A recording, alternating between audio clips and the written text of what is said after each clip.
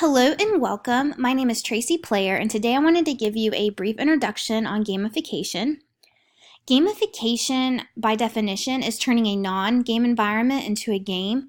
And one special note before we get too far. Just because you play a game in your classroom doesn't mean you're using gamification. A Kahoot and Bingo, those are both games, and they're really fun and effective, but they're just a standalone game. Gamification, however, is a system, and the system needs to allow students to have choice and an opportunity to earn points and awards along the way.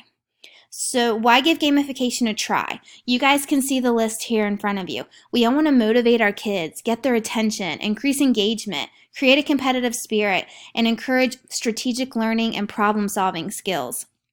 So here's 4 ways you can give this a try.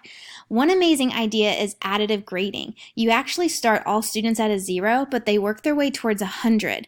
This is different than traditional grading where you get averages and percentages, and even if a student completes an activity, it might actually bring their grade down. Where in additive grading, everything they do brings their grade up, and if they don't get their points, they can do a replacement activity to regain their score. Digital badges are basically digital stickers, and all students love stickers. They love getting an award for something they've completed. A leaderboard, by displaying your roster and who's in the lead, it really creates that competitive spirit. And if you don't want to use students' names, you can give them an avatar name or an animal to represent them. Locks and levels works just like a video game.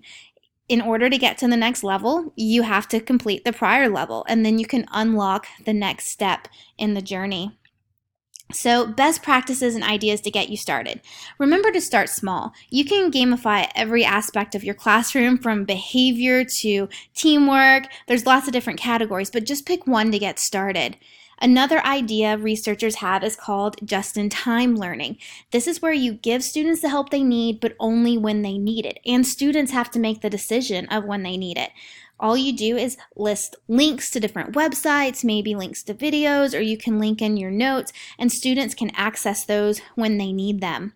Also, try to choose a design that allows for collaboration, because students love to work together, and make sure that you have multiple choices of activities for students to choose from so that they have some control over their learning.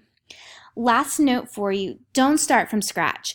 There are companies out there that this is their primary focus, is gamification design. There's many different areas, and you can see a list here in front of you.